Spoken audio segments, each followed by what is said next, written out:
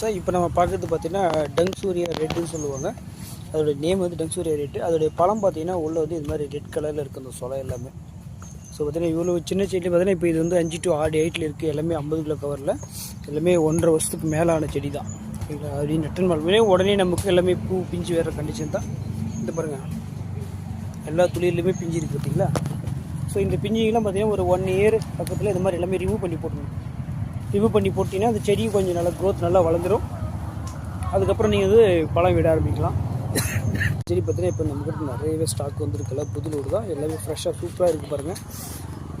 So இந்த கிருஷ்ணகிரியில் வந்து பார்த்தீங்கன்னா இப்போ தொடர்ந்து கண்டினியூஸாக மழை வந்துகிட்டே இருக்குது. அதனால் இப்போ எங்கேயுமே பார்சல் அனுப்ப முடியாது. இன்னொன்று வந்து தீபாவளி டைம்ன்றதுனால எங்கேயுமே புக்கிங் பண்ண முடியாது எம்எஸ்எஸில். ஸோ தீபாவளி முடிஞ்ச உடனே எல்லாருக்குமே நிறைய ஆல்ரெடி புக்கிங் பண்ணியிருக்காங்க. அவங்களுக்கும் கொஞ்சம் வெயிட் பண்ணுங்கள். எல்லோரும் ஃபோன் பண்ணி எடுக்கலன்ட்டு ஃபீல் பண்ணாதீங்க.